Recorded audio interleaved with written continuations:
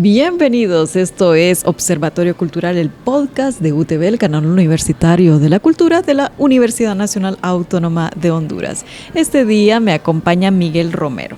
Miguel Romero ya ha estado en otros espacios de UTV, por ejemplo en Sala de Arte. Él es el creador de Luthier Lab y muchos proyectos más que abarcan este tema de los luthieres. Bienvenido.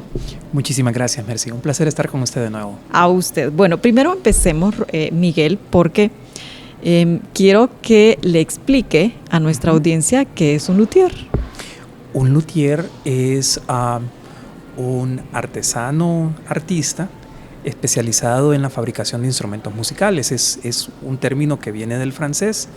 En español, la palabra pues, más usada es laudero, guitarrero, violero, dependiendo del tipo de instrumentos que fabrica, ¿no?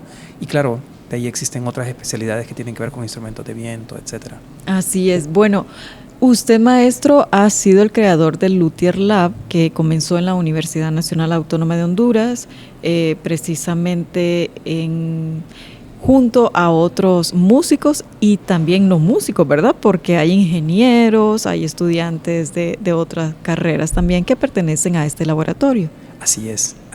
Sí, la historia es bastante curiosa. Veníamos con el maestro Eduardo Acosta de vuelta de ver unos proyectos de la universidad en Marcala. Y de regreso él me hizo el comentario, ¿sabe qué? Lo que me parece una verdadera lástima es que en Honduras, con tantas buenas maderas, no se fabriquen buenos instrumentos. Y yo, inocentemente, sin saber en qué me estaba metiendo, le dije, pues, si usted se tira, yo me tiro, ¿sí? Y así fue como comenzó el Luthier Lab. Ese fue el momento realmente en el que comenzó. Entonces, bueno, sí, soy uno de los cofundadores del Luthier Lab con el maestro Acosta. Valga mencionar que el maestro Eduardo Acosta es catedrático de la carrera de música. Sí. En la especialización de guitarra, ¿verdad? Así es. Bien.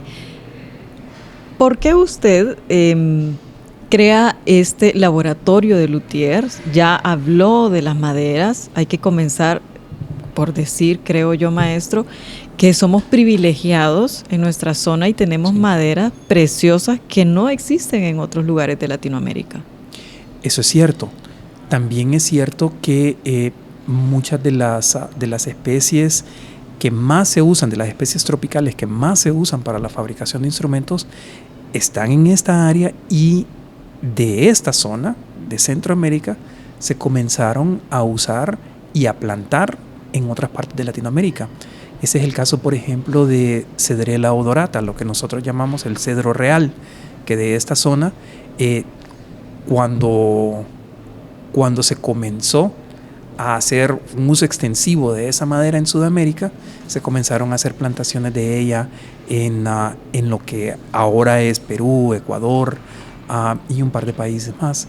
¿Sí? No era realmente endémica de esa zona esa especie, y pues de esta zona han salido ese tipo de maderas para la lotería y también para otros usos. ¿Sí? Sé que campesinos han tenido acercamiento con ustedes y les han dicho, aquí está esta madera, pueden hacer uso de ella. Así es, sí. Esa es una de las experiencias más bonitas que hemos tenido. Cuéntenos. Fíjese que pues ha sucedido en más de una ocasión. Lo que en realidad está ocurriendo sin haberlo planeado de esa forma es que hay comunidades que se dedican a, digamos, como una actividad extra, a cortar leña, algunos a sembrar madera, etcétera. Y inclusive la gente que tiene su milpa, pues tienen una cierta cantidad de bosque que sirve sus necesidades, ¿verdad? Y pues para la fabricación de instrumentos se requiere muy poca madera, ¿sí? Pero se requiere madera que sea de muy alta calidad. Y pues un árbol, de cualquier madera que sea, implica muchísimos instrumentos, ¿sí? Entonces eso hace fácil el que con comunidades pequeñas, inclusive las que se conciben ya a sí mismas como comunidades agroforestales, se puedan establecer proyectos de cooperación, ¿sí? Para que esto le genere ingresos a ellos y también genere, como lo hace la lutería en general, un aprecio por la madera como recurso, ¿sí? Que es un tema bastante importante, es una de esas cosas que sucede con la práctica de la lutería, que no son tan obvias, ¿sí?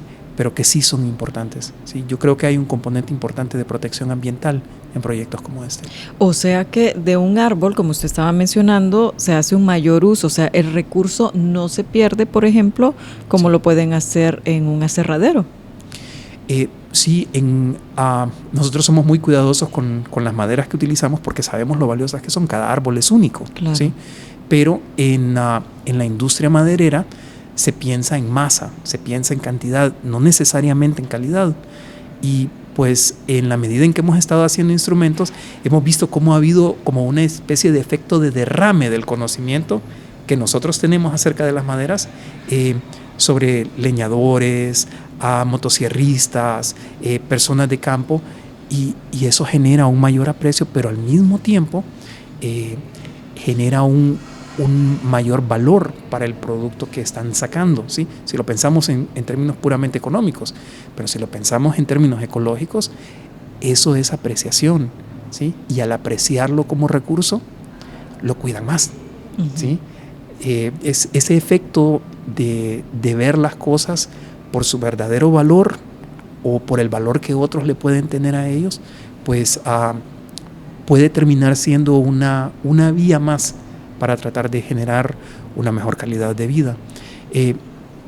Lo que explica esto en el fondo es esta serie de fenómenos que le estoy describiendo, es el hecho de que a pesar de que no se necesita mucho material para hacer un instrumento musical, sí se requiere muchísimo conocimiento y sí se requiere muchísima labor manual, lo cual implica que es una actividad que requiere poca materia prima, mucha labor manual y conocimiento, y por lo tanto es de alta plusvalía, ¿sí? Nosotros estamos acostumbrados por esta idea de la economía extractivista a tener productos en masa, baratos, exportarlos y no pensar en la calidad. Entonces, al hacer eso, estamos vendiendo materia prima que no está bien procesada, que tiene poco valor, poca plusvalía, y por eso tenemos esa tendencia a pensar en cantidad, ¿sí? Pero si revertimos eso y comenzamos a hablar de productos que impliquen transformaciones bastante concretas, bastante técnicas, pues estamos hablando de transformaciones que requieren o que implican mucho valor agregado, ¿sí? Así que eso es como yo explicaría ese fenómeno de la apreciación, ¿no? Desde el punto de vista económico. Por supuesto está lo artístico también. Maestro Romero, esto es novedoso, tener un laboratorio de luthiers, que ya vamos a hablar más adelante también de los demás colectivos, sí, que conllevó este Luthier Lab. Pero existen hace muchísimos años personas en Honduras que se dedican a la fabricación de instrumentos. Así es. Solo que no de forma profesional. Sí, pues sí hay gente que se ha dedicado a fabricar instrumentos para vivir de ello, sí. Pero son muy pocos los casos en los que esas personas han hecho instrumentos de muy alta calidad, ¿sí?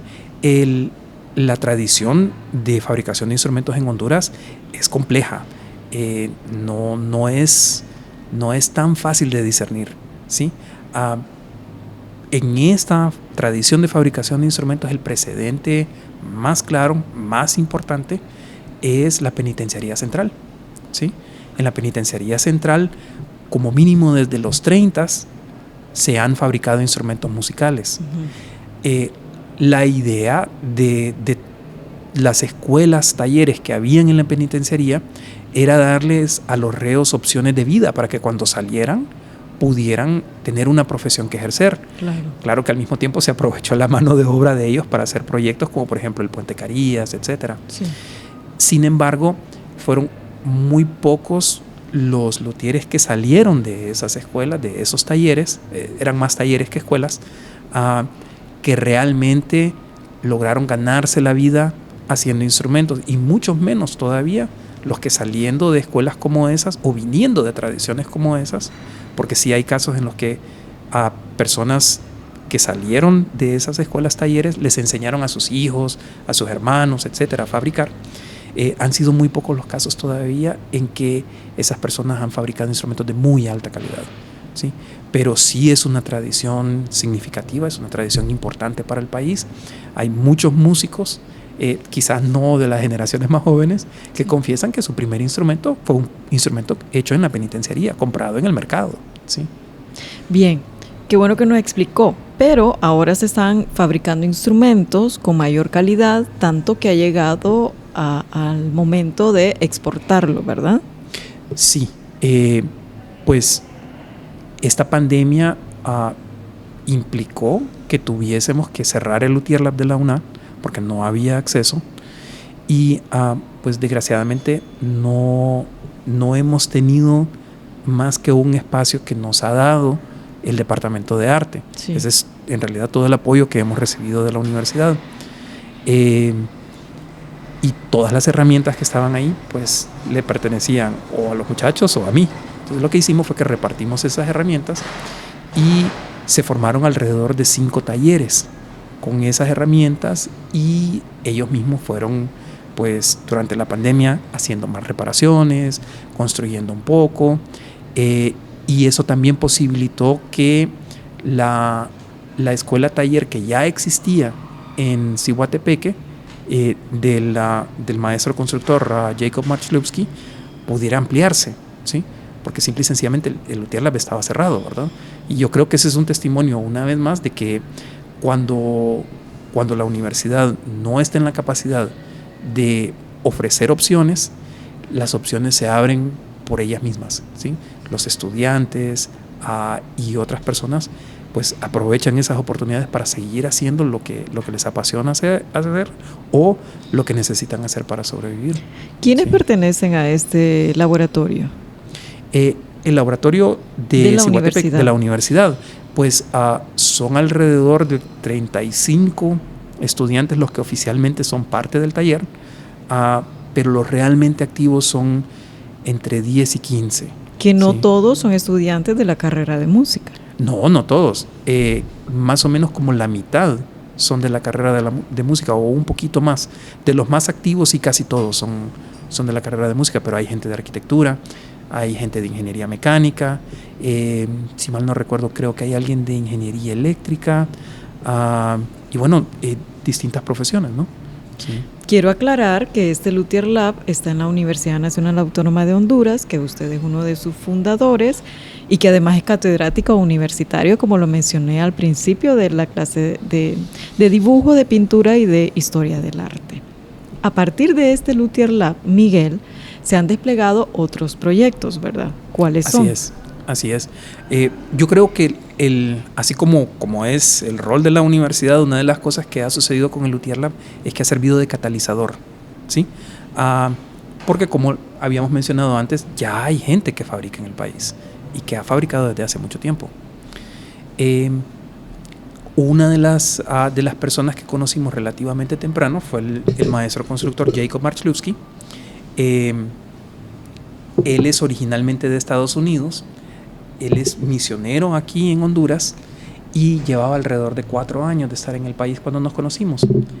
Y él tomó la decisión de colaborar con nosotros, ¿sí? Él no se estaba realmente dedicando ya a la fabricación de instrumentos, pero sí había sido un sueño de él regresar a ello con un proyecto como este, ¿sí? Así que pues fundó este taller en Cihuatepeque, que ahora es bastante amplio, es un proyecto grande, es inclusive el taller más grande que tenemos ahorita. Otra de esas experiencias catárquicas que vivimos fue el conocer a Efraín Cruz, a Will Mancía, que uno en Taula B y el otro en el lago de Yohoa, llevan fabricando, pues, en el caso de Will, más de 12 años, y en el caso de Efraín ya casi 35. ¿Sí? Y bueno, así como ellos, hemos conocido a otras personas que están fabricando, pero con quienes tenemos menos contacto. ¿Sí? Y pues hemos formado a un colectivo de luthieres, y cada vez vamos encontrando más personas que o han fabricado en el pasado o siguen fabricando ahorita. Que ha sido una de las experiencias que han tenido. Anteriormente en Sala de Arte conversamos con algunos de ellos y Sí. algunos vivían fuera del país, ¿verdad? Pero siempre fabricando instrumentos. Sí, creo que se refiere usted al caso de Erwin Vázquez, que está viviendo en México actualmente.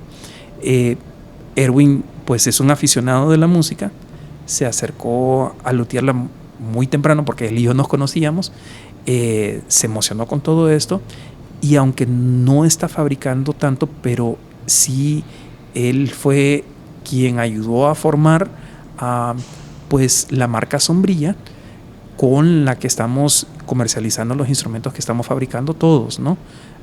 Y no estoy hablando tanto de Luthier Lab, porque Luthier Lab ha estado cerrado, sino que de los muchachos mismos, y el taller que está en Cihuatepeque, y bueno, los otros talleres que están formando parte de él, ¿no?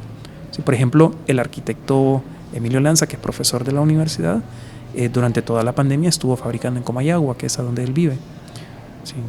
Bueno, y ya lo habíamos mencionado, hay otros proyectos, Instrumentos para el Cambio, Colectivo de Luthieres. Todo esto hace que se cree una marca para comercializar estos instrumentos que se llama Kuzuko.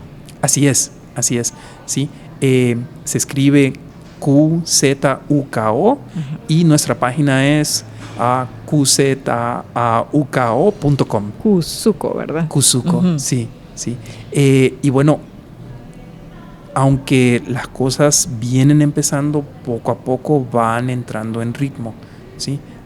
Ya hemos tenido 2 exposiciones de instrumentos, 2 conciertos que hemos acompañado con exposiciones. Uno de ellos solo era el concierto, pero en el concierto describíamos los instrumentos que se iban tocando y el repertorio en realidad se adaptó a los instrumentos que habíamos fabricado, ¿no? Y pues sí, se vienen más exposiciones. Por ejemplo, para este año probablemente vamos a tener 2 exposiciones en Cihuatepeque y una más en Tegucigalpa. ¿Qué tipo de instrumentos están fabricando? Ante todo, guitarras y ukuleles de distintos tamaños y guitarras de distintos tipos. Se están haciendo guitarras archtop, se están haciendo guitarras clásicas, se están haciendo un par de guitarras acústicas, que son guitarras que tienen cuerdas de metal, son las guitarras folk, esas en distintos modelos, porque bueno, hay una enorme cantidad de modelos de esos instrumentos. Se están haciendo un par de bajos eléctricos en Cihuatepeque. Además de ello, hemos estado fabricando dulcimers. Emilio Lanza ha estado fabricando cuatros. Está comenzando a incursionar en los charangos también.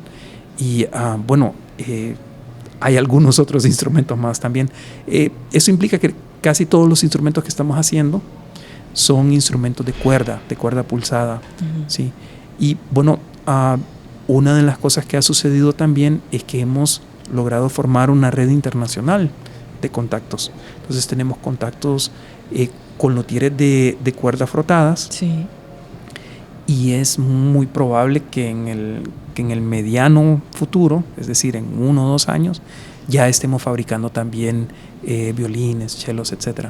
Sí. Qué bien, porque también tienen violinistas, ¿verdad? Tienen alguien de contrabajo y también tienen violinistas dentro de este grupo. Así es. Reparaciones de esos instrumentos sí estamos haciendo, sí. Pero todavía fabricarlos no, pero se viene. Creo que Will está fabricando ahorita su primer violín. Sí.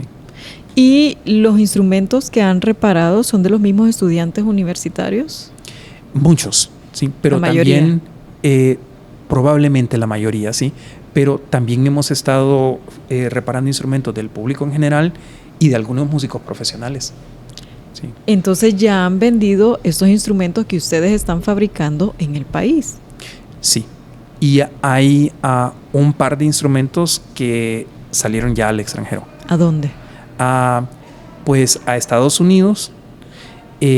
Hay más instrumentos que van a salir a Estados Unidos y dependiendo de cómo van ciertas negociaciones que están en curso ahorita, es posible que entablemos una relación ya comercial con la ukulelería, que es una compañía mexicana que se dedica exclusivamente a vender ukuleles. Sí. Entonces ya han visto los instrumentos, ya los han por visto. Eso el interés. De hecho, la gerente de la ukulelería nos dijo que no tenían nada de la calidad que nosotros estamos fabricando en su tienda. ¿Sí? Y es una compañía que vende alrededor de 300 ukuleles mensuales. Wow. ¿Y esto se debe a la mano de obra o se debe a la madera?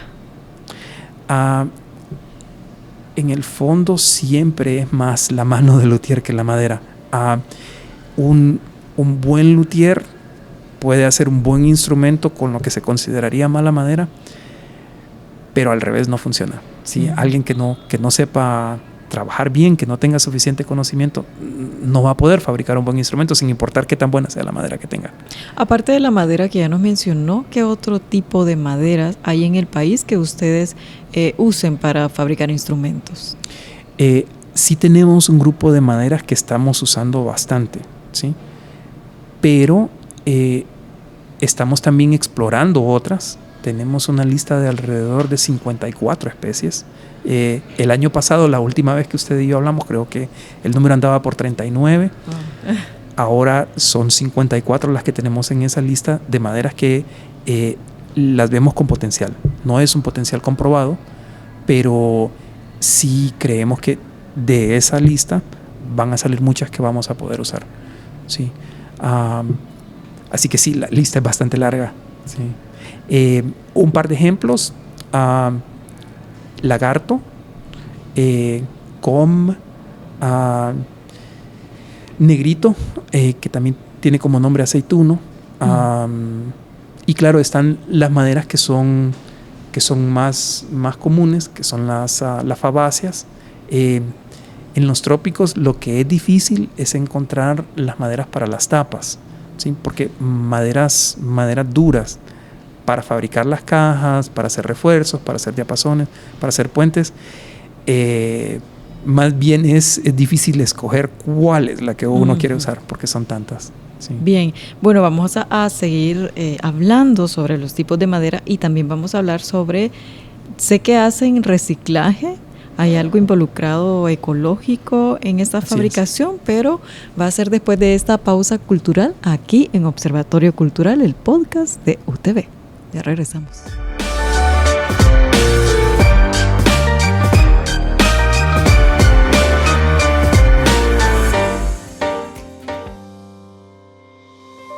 Un luthier o violero es una persona que construye, ajusta o repara instrumentos de cuerda frotada y pulsada.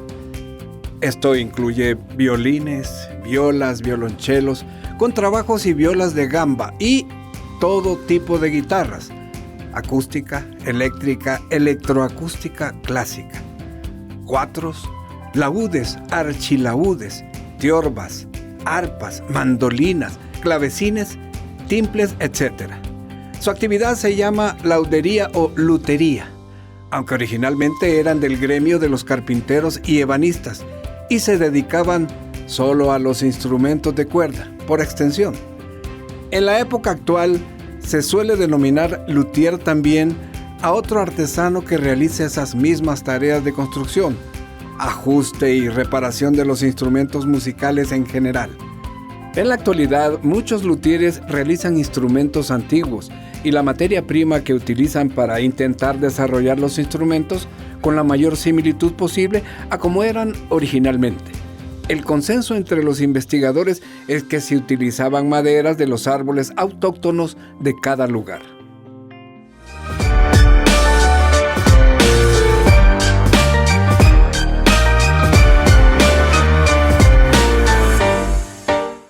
Continuamos en Observatorio Cultural, el podcast de UTV, el canal universitario de la cultura de la Universidad Nacional Autónoma de Honduras. Hoy estamos hablando con Miguel Romero, él es catedrático de la Universidad Nacional Él da las clases de dibujo, de historia del arte y además de pintura, un artista plástico muy reconocido en nuestra academia. Estábamos hablando anteriormente, Miguel, sobre las maderas, ¿verdad? Pero sé que también hay reciclaje de maderas que ya pues cumplieron alguna función. Así es. Sí, la idea que explica el por qué esto es posible es el hecho de que un instrumento musical requiere muy poca madera, ¿sí? Sin contar el desperdicio, ¿sí? Una guitarra normal requiere alrededor de 3.5 pies tablares. Uh-huh. Contando los pedazos que uno necesita y cómo los va desbastando, etcétera, serían alrededor de 5 pies tablares. Una puerta normal lleva alrededor de 70 pies tablares. Es una diferencia. Es una diferencia increíblemente enorme, ¿sí? Pero un instrumento lleva una enorme cantidad de trabajo y conocimiento, ¿sí? Por eso el instrumento vale más, ¿sí? Y también está el hecho de que hay maderas que pueden funcionar para ciertas partes del instrumento, pero no para otras. Para esas partes se requieren otras maderas con otras características. Entonces, aunque se puede hacer un instrumento con una sola especie, no es lo más recomendable, ¿sí? Y ello implica de que lo que necesitamos es una variedad de madera muy bien secada, muy bien cortada, para poder fabricar instrumentos, ¿sí? No necesitamos enormes cantidades para hacerlo, ¿sí? Por lo tanto, si tenemos un árbol para hacer mástiles, si tenemos un árbol para hacer tapas, si tenemos un árbol para hacer fondos y aros, si tenemos otro árbol para hacer diapasones y puentes, ¿sí? Podemos fabricar una enorme cantidad de instrumentos. Muchísimos instrumentos. Exacto. Miguel, y de acuerdo a precio, ¿cuál es más caro? ¿El que hace un luthier, que conlleva mucho más tiempo, o un instrumento que se fabrica en una fábrica en masa? Eso depende de la calidad del instrumento que se esté haciendo en la fábrica. Porque sí hay fábricas que fabrican instrumentos muy costosos, ¿no? Aunque no sean los más costosos, ¿sí? Por ejemplo, hay guitarras Taylor que cuestan $3,000, $6,000, $8,000, ¿sí? Wow. Uh-huh. Y es una guitarra de fábrica, sí. ¿sí?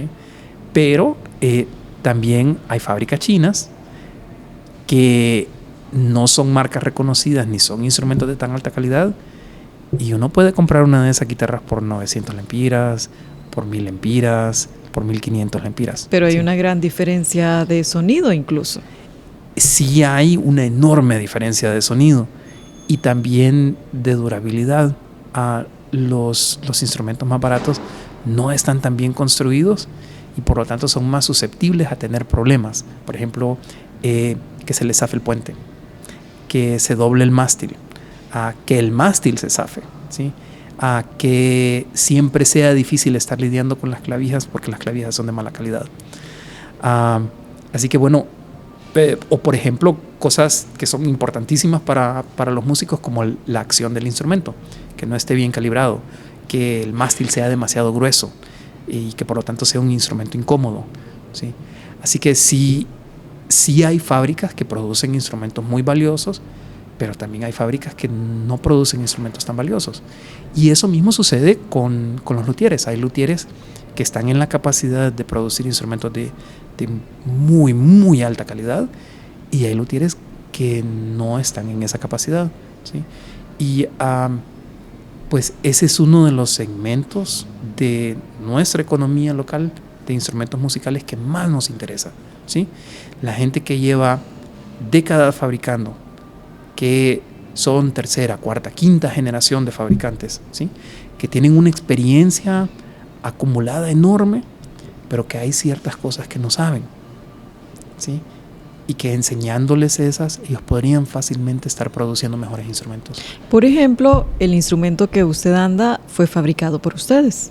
Sí, este lo hice yo. A ver si nos lo presenta, nos lo muestra, sí, claro, a la cámara. Con gusto. ¿Sí? Este es un un ukulele soprano.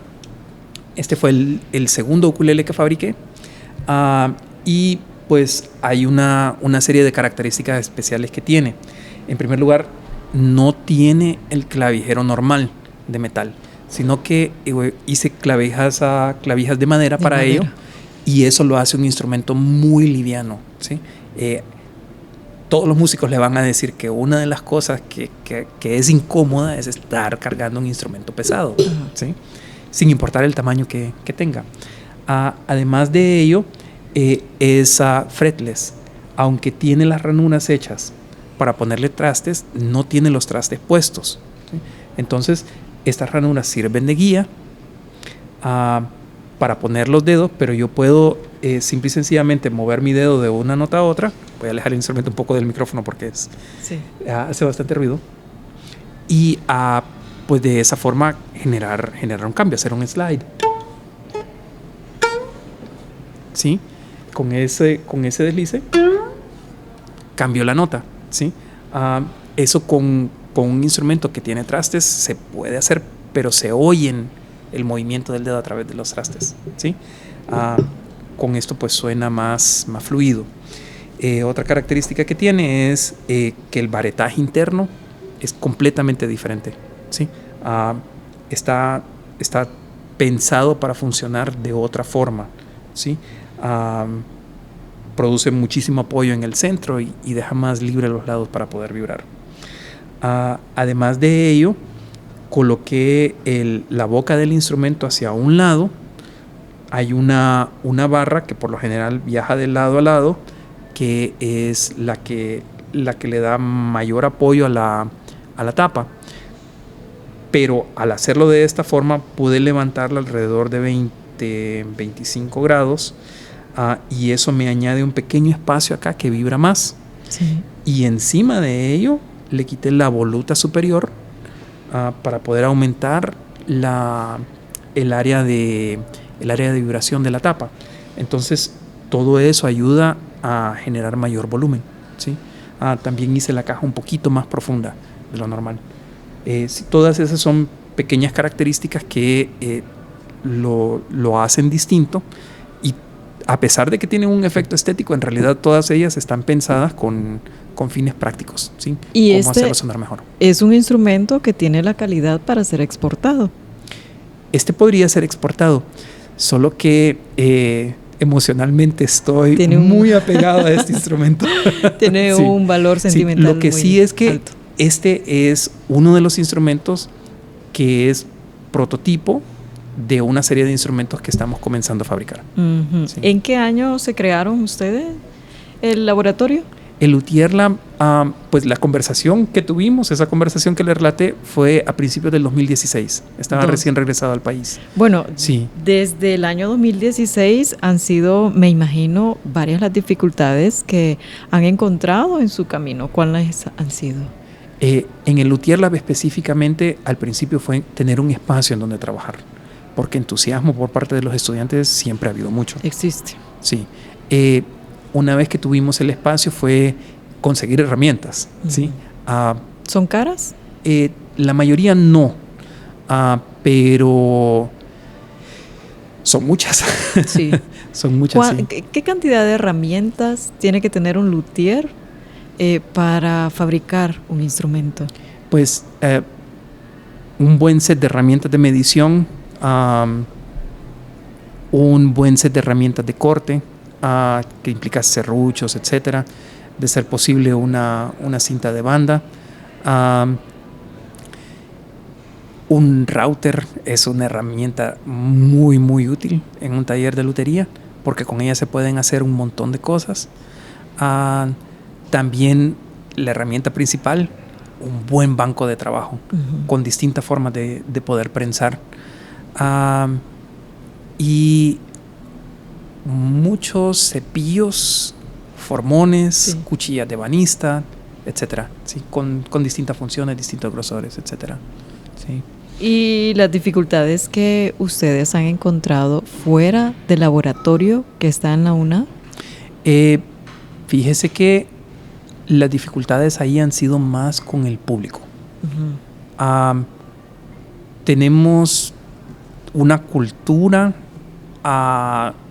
de artesanía que implica que siempre el artesano es una persona de, entre comillas, poca formación y poco conocimiento, y por lo tanto tradicionalmente los artesanos en nuestro país han sido muy explotados, sí. ¿sí?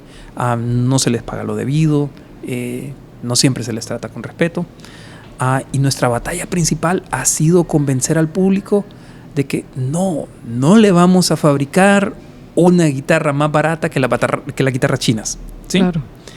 Sino que le vamos a fabricar un instrumento de muy buena calidad, ¿sí? Que es cierto, no lo va a comprar por un precio tan alto como lo encontraría en el extranjero, pero que no le vamos a poder ofrecer esa calidad por el mismo precio que un instrumento de mala calidad. Claro. ¿Sí? Y pues generar ese aprecio por la profesión, ese aprecio por el trabajo que estamos haciendo, yo creo que ha sido una de las dificultades más grandes, pero ya está sucediendo. O sea, hemos tomado pasos muy claros para evitar que eso suceda. Sí. Y para tener este tipo de calidad tienen que ustedes tener acercamiento con las comunidades agroforestales. Sí, porque si entendemos la calidad como un todo, ¿verdad? No estamos hablando solo de la calidad musical y estética del instrumento, sino que estamos hablando de que sea un producto sostenible, ¿sí? De que las maderas que estemos usando no estén en peligro de extinción, sí. No estén prohibidas, que hayan sido conseguidas legalmente, que además de ello sean maderas que han pasado por un proceso de selección, de aserrado, de secado apropiado. Ello implica tener una muy buena relación con las comunidades desde las cuales nos vienen estos productos, ¿sí? De hecho, inclusive no siempre son comunidades agroforestales. Actualmente estamos hablando con el CURLA acerca de la posibilidad de abrir un segundo luthier Lavallá. Qué buena noticia. Sí, hace un par de años era una conversación que habíamos tenido, pero vino la pandemia y esa es una conversación que estamos retomando, y pues con las personas que hemos hablado hemos notado que hay muchísimo interés tanto de los profesores de ingeniería forestal como de los estudiantes también. Sí. ¿Y allá estaría conformado y siempre dirigido por usted? Eso no lo sé porque estamos en esta primera etapa, pero sí tarde o temprano se va a necesitar a alguien ahí que esté a tiempo completo trabajando en ese taller y enseñando. Pero sí estaría entonces usted acompañando la creación. Por supuesto que sí, por supuesto que sí. Es un proyecto que me interesa mucho porque el CURLA mismo produce maderas. ¿Sí? ¿Qué tipo de madera? Pues creo que ante todo producen caoba y cedro, pero también hay otras especies que se producen ahí. Creo que en la zona hay bastante hormigo y un par de especies más. Sí. Y bueno, ya nos habló de la investigación de las maderas. ¿Hay otra zona del país en el que estén realizando este tipo de investigaciones?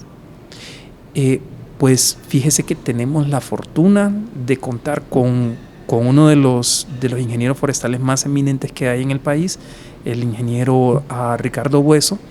Él desde hace ya varios años nos viene asesorando acerca de las maderas y es un apasionado de la ecología. Entonces, no solamente es tener la experiencia técnica de él, sino que también él nos ha ayudado a conseguir muchas de las maderas que hemos estado usando.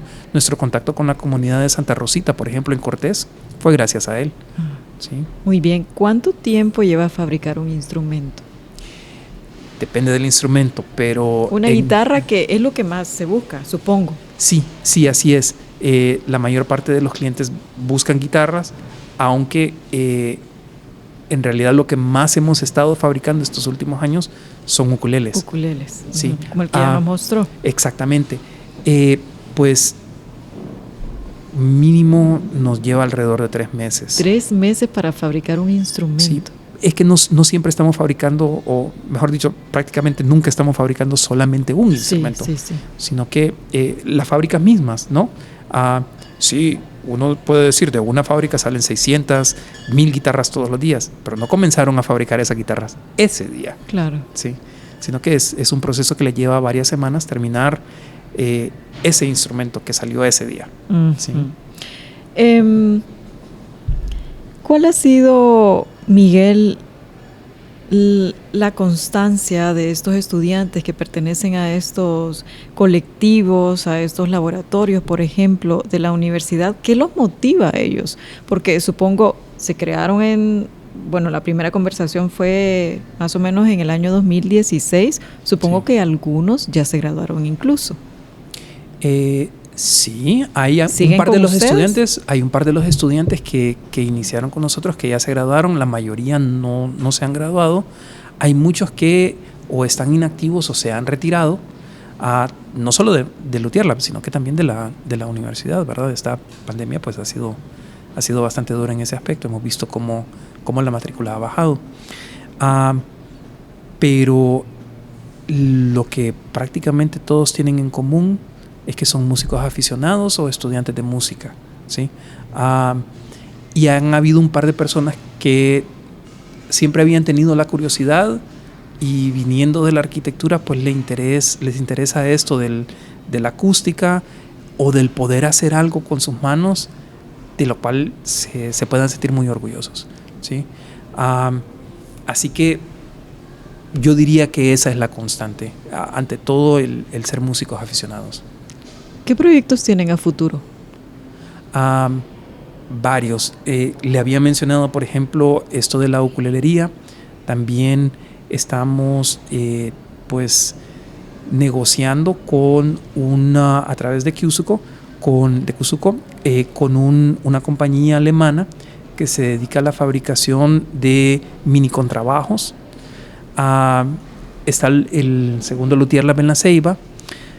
También, por esta red de luthieres que hemos ido formando en el extranjero, tenemos un contacto increíble, un fabricante fenomenal de instrumentos de cuerda frotada de origen hondureño, trabajando en San Francisco. Él se dedica a reparar solo instrumentos de la más alta calidad. Se llama Carlos Vitanza.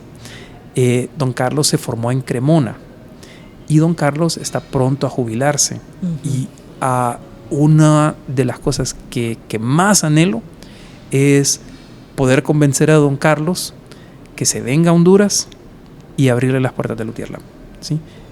Si logramos eso, si logramos, por ejemplo, que él tuviese un estatus de profesor visitante, pues tendríamos, solo con ese hecho, ya todos los medios que necesitamos para crear una tradición de lutería en el país.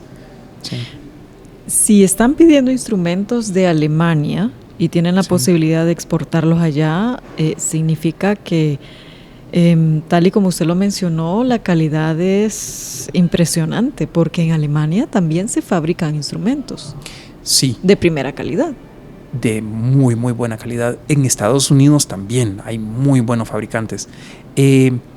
Esta es una historia curiosa. Es una pequeña compañía que tiene una patente muy particular, pero que está teniendo problemas precisamente por lo tradicional que es la fabricación allá.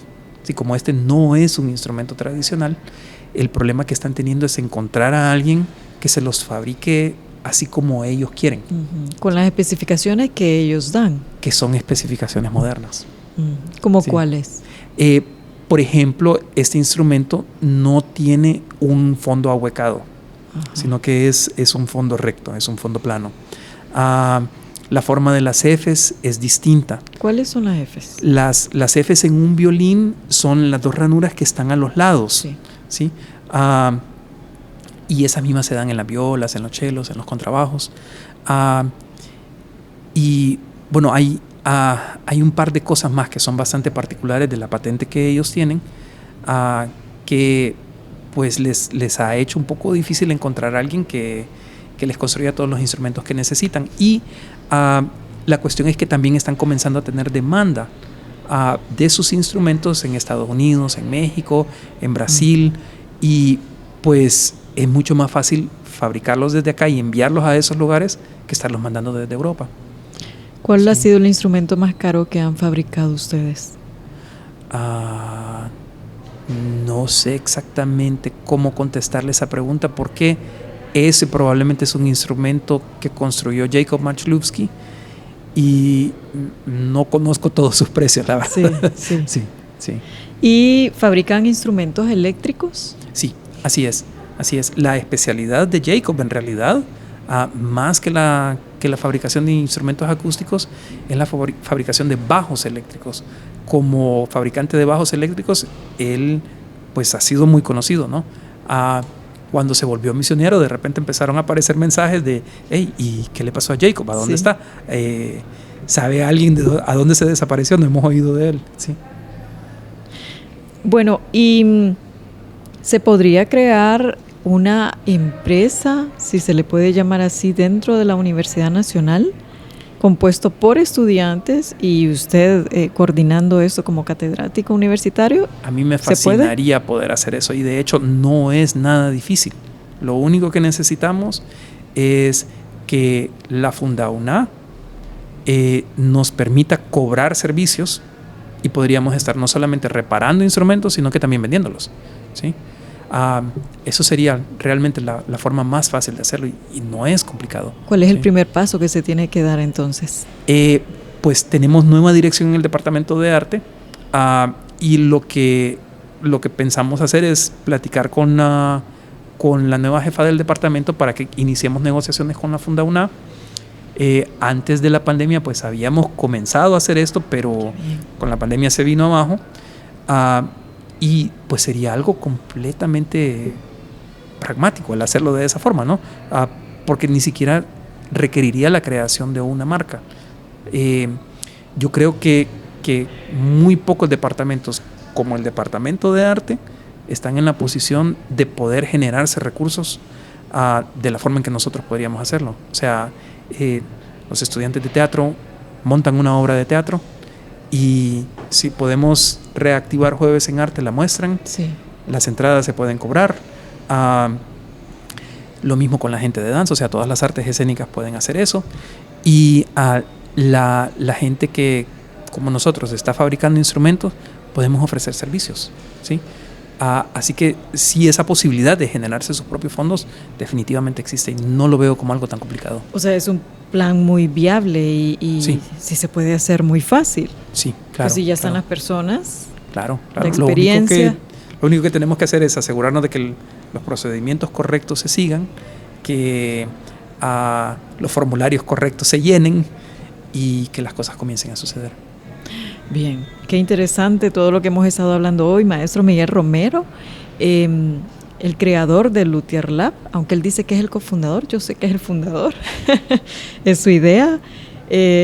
Instrumentos para el Cambio también es parte, y el colectivo de luthieres, a partir de todo esto han creado Kusuko, que es esta marca comercial que tienen los luthieres. Valga mencionar que no todos son músicos. Hay que tener personas con experiencia, por ejemplo, cuando fabrican instrumentos eléctricos, un ingeniero eléctrico, tienen también estudiantes. Me parece que conocí uno de biología también, que es el que explicaba esto de las maderas y las investigaciones y todo esto. Bueno, el tiempo se hace muy corto para conversar siempre con usted, Miguel. Por eso es que me va a tener que invitar otra vez. No, pero es que eso es segurísimo. Bueno, muchas gracias por estar en Observatorio Cultural, el podcast de UTV del Canal Universitario de la Cultura. Estuvo con nosotros Miguel Romero, él es catedrático de la Universidad Nacional Autónoma de Honduras, fundador de Luthier Lab. Hoy conversamos sobre la fabricación de instrumentos musicales en el país. Gracias por acompañarnos.